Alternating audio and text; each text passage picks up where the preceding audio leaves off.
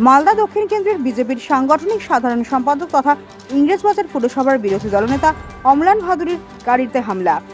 34 নম্বর জাতীয় সড়কের বাইপাসের ধারে নির্বাচনী প্রচার সেরে বাড়ি ফেরার পথে এই হামলার ঘটনা ঘটেছে। অন্ধকারে দুষ্কৃতীদের চিহ্নিত করা যায়নি। ঘটনার খবর পেয়ে মালদা থানার পুলিশ শুরু করেছে তদন্ত।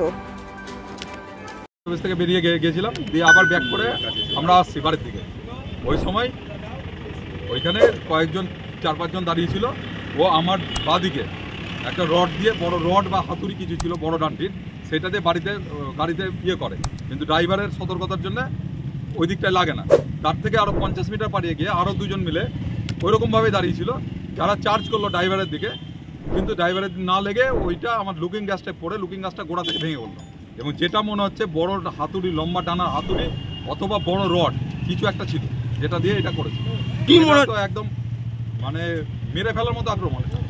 কেন এই আক্রমণ কেন এটা আমি বুঝতে পারছি না। এখন পলিটিক্যালি হতে পারে অথবা ডাকাতি হতে পারে, কিছু হতে পারে। তবে এইটুকু আমি শিওর যে যারা ছিল তারা মদ খেয়েছিল না, মারার উদ্দেশ্যেই ছিল, এবং সবাই বাই স্টেপ ছিল এবং গাড়ির পিছনেও দৌড়িয়েছে। তারপর পুলিশকে জানিয়েছেন?